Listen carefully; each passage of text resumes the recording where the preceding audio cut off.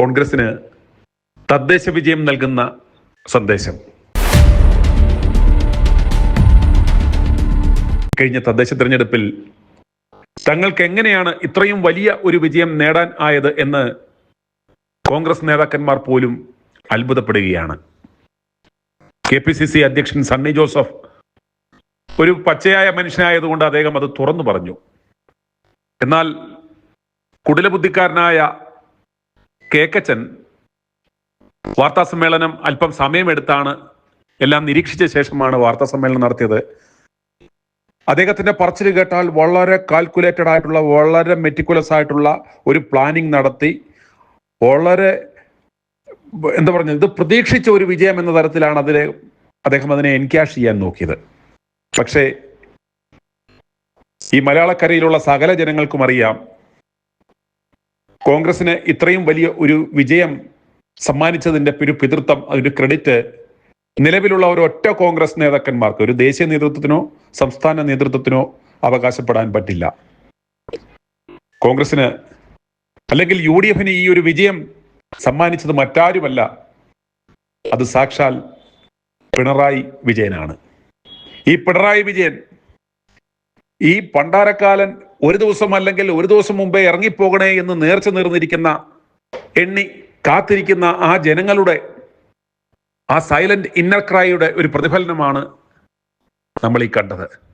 അതുകൊണ്ട് തന്നെ UDF ഈ വിജയത്തിന്റെ യഥാർത്ഥ അവകാശി, അതല്ലെങ്കിൽ അതവർക്ക് സമ്മാനിച്ചത് ഈ പിണറായി വിജയനാണെന്ന് ഇവിടുത്തെ ഓരോ ജനങ്ങൾക്കും അറിയാം. അതുകൊണ്ട് UDF ഒരൊറ്റ നേതാക്കന്മാർക്കും അഹങ്കരിക്കുവാൻ ഒരവകാശവുമില്ല. കാരണം ഇതാണ് നിവൃത്തികേട്. ഈ കേക്കച്ചൻ എന്ന് പറയുന്ന നരാധമൻ പിണറായിക്ക് ഇട്ടുകൊടുത്ത ആ പടക്കത്തിൽ വിജയൻ കടിക്കുകയും വിജയന്റെ തല പോകുന്ന കാഴ്ചയുമാണ് നമുക്ക് കാണുവാൻ സാധിച്ചത്. ഇയാൾ ഓർത്തു 2016 സരിത വിഷയത്തിൽ ഇത്തരം രതിജീവിതന്മാരുടെ പരാതികൾ ലഭിച്ചു കഴിഞ്ഞാൽ അതിനെ ആളിക്കത്തിച്ചാൽ ഈ മണ്ടന്മാരായ ജനങ്ങൾ, ഇവിടുത്തെ സിൻഡിക്കേറ്റ് മാധ്യമങ്ങളിലൂടെ ഈ മസാല കഥകൾ വിളമ്പിയാൽ ജനങ്ങളെല്ലാം മറന്ന് തന്റെ ഭരണപരാജയവും ഭരണകൂട വിരുദ്ധ വികാരവും എല്ലാം അതിൽ അലിഞ്ഞു പോകുമെന്ന് പിണറായി കരുതിയെങ്കിലും യഥാർത്ഥത്തിൽ പിണറായിയുടെ കുഴി തോണ്ടിയത് ആ രാഹുൽ മാങ്കൂട്ടത്തിൽ വേട്ടയായിരുന്നു.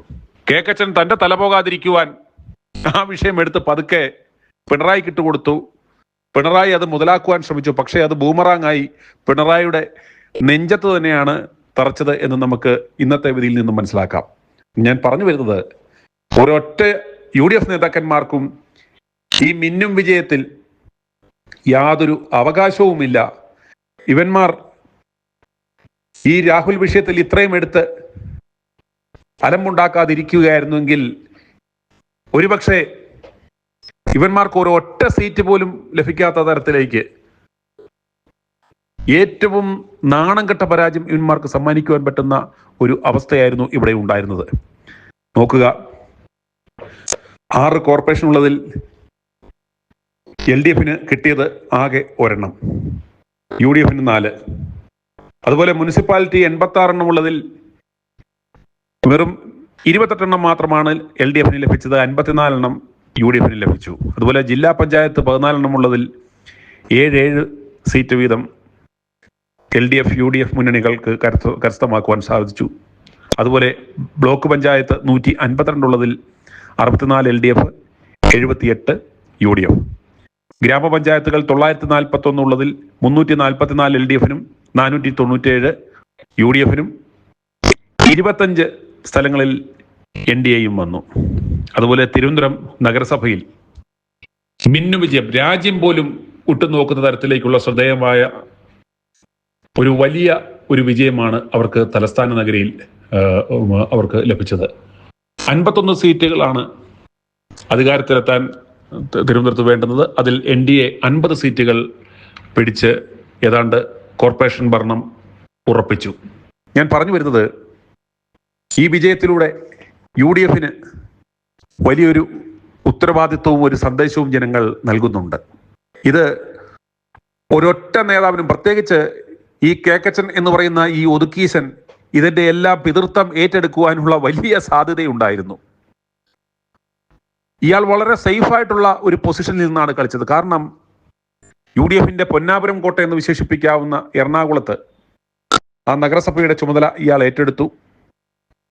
ബാക്കി പണി കിട്ടാൻ സാധ്യതയുള്ള ഓരോ സ്ഥലങ്ങളിലും മുഖ്യമന്ത്രി കസേരയ്ക്ക് അടി ഉണ്ടാകുമ്പോൾ അതിന് അവകാശവാദം ഉന്നയിക്കാൻ സാധ്യതയുള്ള എല്ലാവരെയും ഓരോ തോൽക്കാൻ സാധ്യതയുള്ള സ്ഥലങ്ങളിലേക്ക് പതുക്കെ തട്ടി ഇയാൾ കാത്തിരിക്കുകയായിരുന്നു. എന്നാൽ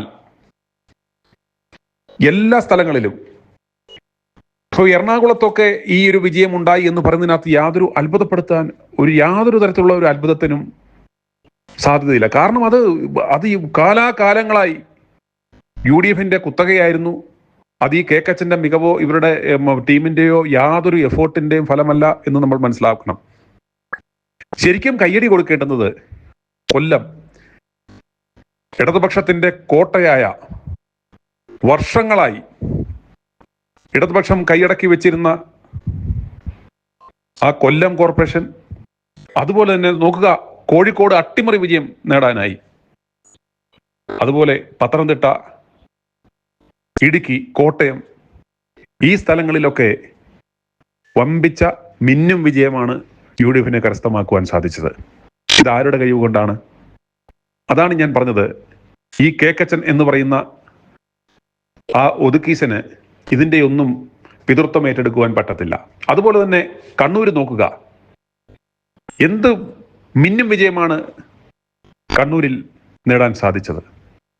അതുപോലെ തിരുവനന്തപുരത്ത് നോക്കുക, തിരുവനന്തപുരത്ത് കഴിഞ്ഞ തവണത്തെ 10 സീറ്റിൽ നിന്നും ഏതാണ്ട് 10ഓളം സീറ്റുകൾ കൂട്ടിയെന്ന് പറഞ്ഞാൽ പോലും ഈ ഒരു തരംഗത്തിൽ, ഈ ഒരു സാഹചര്യത്തിൽ ഈ തിരുവനന്തപുരത്ത് ഇതിലും വലിയൊരു വിജയമായിരുന്നു ഉണ്ടാകേണ്ടിയിരുന്നത്. കാരണം ദേശീയ തലത്തിൽ തന്നെ ശ്രദ്ധിക്കപ്പെട്ട രീതിയിൽ ഏറ്റവും പ്രബലനായ ഒരു മുൻ MLA തന്നെ മേയറായി പ്രഖ്യാപിച്ചുകൊണ്ട് ആദ്യ സ്ഥാനാർത്ഥി പ്രഖ്യാപനം നടത്തിയത് തിരുവനന്തപുരത്തായിരുന്നു.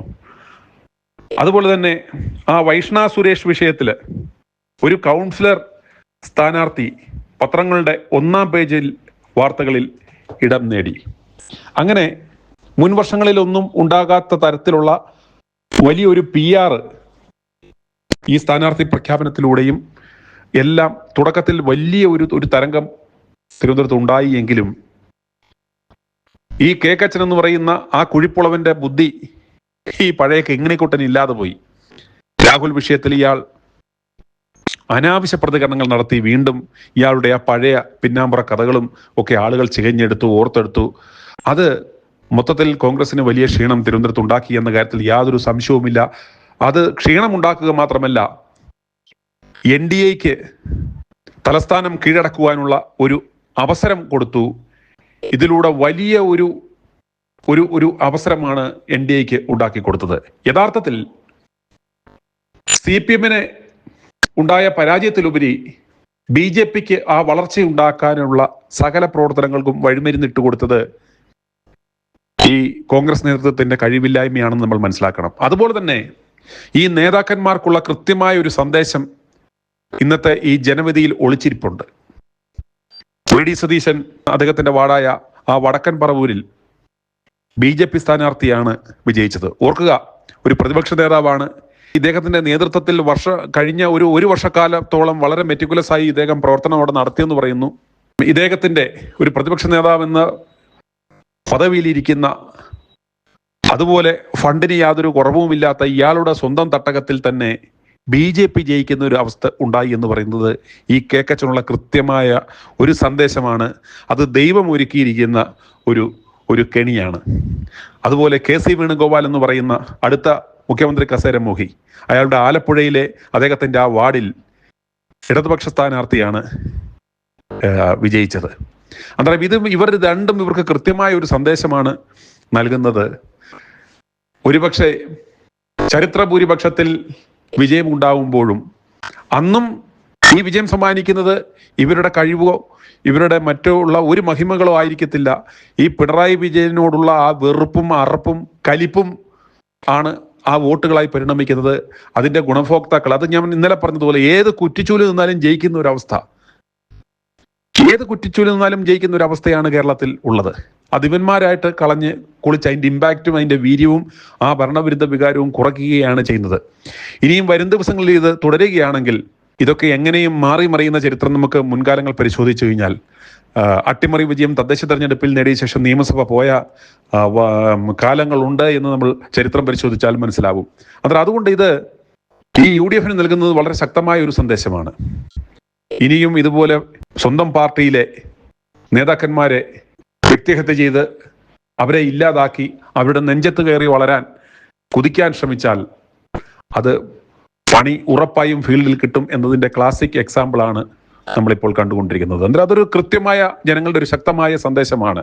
കാരണം അവർക്ക് ഇപ്പോൾ നിലവിൽ ഒരു ഓപ്ഷൻ ഇല്ലാത്തത് കൊണ്ടാണ് രണ്ടാം സ്ഥാനത്ത് നിൽക്കുന്ന UDF ഈ ഒരു അവസരം കിട്ടിയത്.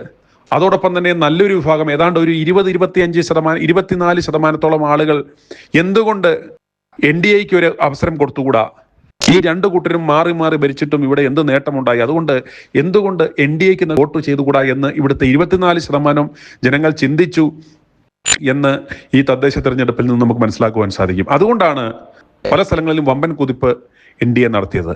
അതുപോലെ തലസ്ഥാന നഗരിയിൽ തന്നെ ആ കോർപ്പറേഷൻ ഭരണം അവർ പിടിച്ചെടുക്കുവാൻ സാധിച്ചു. ഇത് ശക്തമായ സന്ദേശമാണ്. അതുകൊണ്ട് തന്നെ ഇനിയും വരാൻ പോകുന്ന നിയമസഭാ തെരഞ്ഞെടുപ്പ് ചുരുക്കം പറഞ്ഞാൽ യഥാർത്ഥത്തിൽ നടക്കാൻ പോകുന്നത് UDFും NDAയും തമ്മിലുള്ള ഒരു ശക്തമായ ഒരു മത്സരമാണ്.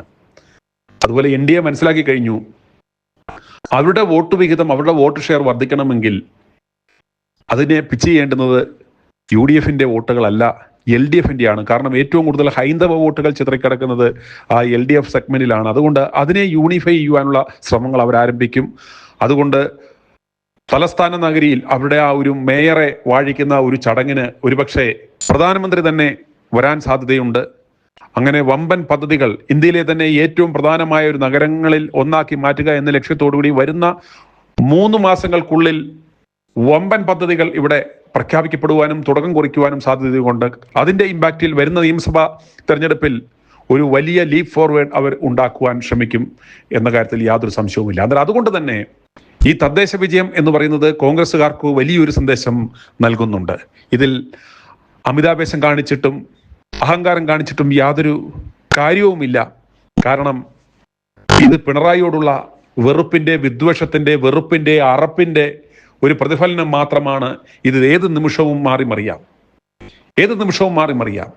നോക്കുക, കോൺഗ്രസിന്റെ സംഘടനാ സംവിധാനങ്ങൾ എത്രയോ ദുർബലമാണെന്ന് നോക്കുക. ഒരു യൂണിറ്റി ഓഫ് കമാൻഡ് ഇവിടെ ഇല്ല, ഒരു കരുത്തനായ ഒരു KPCC അധ്യക്ഷനില്ല, ഒരു ദേശീയ നേതൃത്വമില്ല, അവർക്ക് അതിനുള്ള റിസോഴ്സസ് ഇല്ല, നല്ല കോർഡിനേഷൻ ഇല്ല. ഉള്ളത് കുടിലബുദ്ധിക്കാരനായ ഒരു പ്രതിപക്ഷ നേതാവ്. അയാളെ സംബന്ധിച്ചിടത്തോളം എങ്ങനെ പോയാലും പല പല പ്ലാനുകളുമായി നിൽക്കുന്ന ഒരു കൊഴുപ്പുള്ളവനാണ്. അന്നേരം അദ്ദേഹത്തിനും ഉള്ള ഒരു കൃത്യമായ ഒരു സന്ദേശം ഈ ജനവിധി നൽകുന്നുണ്ട് എന്ന് മറക്കാതിരിക്കുക.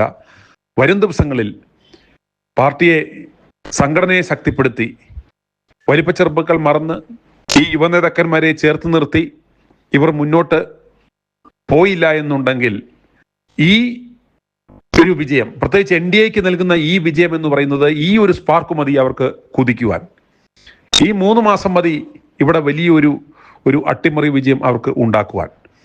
അതുകൊണ്ട് ഈ പറയുന്ന തരത്തിലുള്ള ഒതുക്കുകളും ഒറ്റപ്പെടുത്തലുകളും പാരകളുമായി മുന്നോട്ട് പോയാൽ തലസ്ഥാന നഗരിയിൽ NDA കോർപ്പറേഷൻ ഭരണം പിടിക്കുമെന്ന് ഒരു മനുഷ്യൻ പോലും സ്വപ്നം കണ്ടിട്ടുണ്ടാവില്ല. അതുപോലെ കേരള സംസ്ഥാനത്തിന്റെ ഭരണം NDAയുടെ കയ്യിൽ വരും എന്ന കാര്യത്തിൽ യാതൊരു സംശയവുമില്ല. അതിനുള്ള ഒരു കൃത്യമായ ഒരു സിഗ്നലാണ്, ഒരു ഇൻഡിക്കേഷനാണ് ഈ ജനവിധി. അതുപോലെ ഈ പിണറായി വിജയന് വേണ്ടി ഈ PR പരിപാടി നടത്തിയ ഒരൊറ്റ മാധ്യമങ്ങൾ പോലും ആ രാഹുലിന്റെ ഇമ്പാക്റ്റ് ഒരാൾ പോലും ഇതുവരെ പറഞ്ഞിട്ടില്ല. യഥാർത്ഥത്തിൽ ആ രാഹുൽ ഇമ്പാക്റ്റ് യഥാർത്ഥത്തിൽ ബൂമറാങ് ആയത് പിണറായി വിജയനാണ്. ആ വിഷയം ഏറ്റെടുക്കാൻ പോയ പിണറായി വിജയനാണ്. തലനാരിഴയ്ക്ക് കേക്കച്ചൻ രക്ഷപ്പെട്ടു. പക്ഷേ ഞാൻ പറഞ്ഞതുപോലെ സ്വന്തം വാർഡിൽ BJP ജയിക്കുന്ന ഒരവസ്ഥ ഉണ്ടെന്നുണ്ടെങ്കിൽ അടുത്ത തവണ ഇതുപോലൊരു മിന്നും വിജയം ഉണ്ടാകാൻ അവസരം ഉണ്ടാകുമ്പോൾ സ്വന്തം മണ്ഡലത്തിൽ തോൽക്കുന്ന ഒരു അവസരം ഉണ്ടാകും. അത് വിദൂരമല്ല, കാത്തിരിക്കുക. അതുപോലെ ഒരു കാര്യം കൂടി കൂട്ടിച്ചേർക്കുവാൻ ആഗ്രഹിക്കുന്നത്, ഈ കോൺഗ്രസ് നേതൃത്വം ഇപ്പോഴും ആ ഒരു അങ്കലാപ്പിലും ആശ്ചര്യത്തിലും ഒരു അത്ഭുതത്തിലും ഒക്കെയാണ്. അവർക്ക് ഇപ്പോഴും എന്താണ് സംഭവിക്കുന്നത് എന്ന് അവർക്ക് പോലും മനസ്സിലാക്കുവാൻ സാധിച്ചിട്ടില്ല. ഇന്ന് രാത്രി മുതൽ ഈ കേക്കച്ചന്റെ PR ഏജൻസികൾ പുതിയൊരു നറേറ്റീവ് സെറ്റ് ചെയ്യുവാൻ ശ്രമിക്കും. നോക്കുക, ഈ രാഹുൽ വിഷയത്തിൽ കേക്കച്ചൻ എടുത്ത നിലപാടായിരുന്നു ശരി. അപ്രകാരം ഒരു നടപടി എടുത്തത് കൊണ്ടാണ് ഇപ്രകാരം ഒരു ഉജ്ജ്വല വിജയം കോൺഗ്രസിന് ഉണ്ടായത്. അതുപോലെ ഈ യുവനേതാക്കന്മാരൊന്നും, രാഹുലോ ഷാഫിയോ മറ്റു യുവനേതാക്കന്മാരോ ഒന്നും ഒരു ഫാക്ടേഴ്സേ അല്ല. അവരൊന്നും ഇല്ലെങ്കിലും കോൺഗ്രസിന് ജനങ്ങൾ വോട്ട് ചെയ്യും. അതുപോലെ ഇത് രാഹുലിനെതിരെ എടുത്ത ശക്തമായ നടപടിക്കുള്ള ജനങ്ങളുടെ ഒരു അംഗീകാരമാണ് എന്നൊക്കെ തരത്തിലുള്ള ഒരു നറേറ്റീവ് ഇവർ ക്രിയേറ്റ് ചെയ്യും. ഇന്ന് തൊട്ട് ചാനൽ ചർച്ചകളിൽ ഇവരുടെ PR ഏജന്റുമാർ വന്നിരുന്ന് പ്രൊപ്പഗേറ്റ് ചെയ്യുവാൻ പോകുന്നതും ഇതായിരിക്കും. എന്നാൽ അതിന്റെ യാഥാർത്ഥ്യം നമ്മൾ തുടക്കത്തിൽ പറഞ്ഞതാണ്. ഇത് കേരളത്തിലെ ജനങ്ങൾക്ക് പിണറായിയോടുള്ള ആ അറപ്പിന്റെയും വെറുപ്പിന്റെയും വിദ്വേഷത്തിന്റെയും ഒരു പ്രതിഫലനമാണ്. അവർ കുറ്റിച്ചൂലല്ല, ചൂണ്ടുവിരൽ കൊണ്ടു കൊടുത്ത ഒരു അടിയായിരുന്നു ഇത്. പക്ഷേ അതിന്റെ പ്രയോജനം ലഭിച്ചത് ഈ UDF-നെന്ന് മാത്രം. i2i News, an eye for truth. i2i News subscribe ചെയ്തിട്ടില്ലാത്തവർ ഇപ്പോൾ തന്നെ സബ്സ്ക്രൈബ് ചെയ്യുക. നോട്ടിഫിക്കേഷൻ ലഭിക്കുവാൻ ബെൽ ബട്ടണും അമർത്തുക.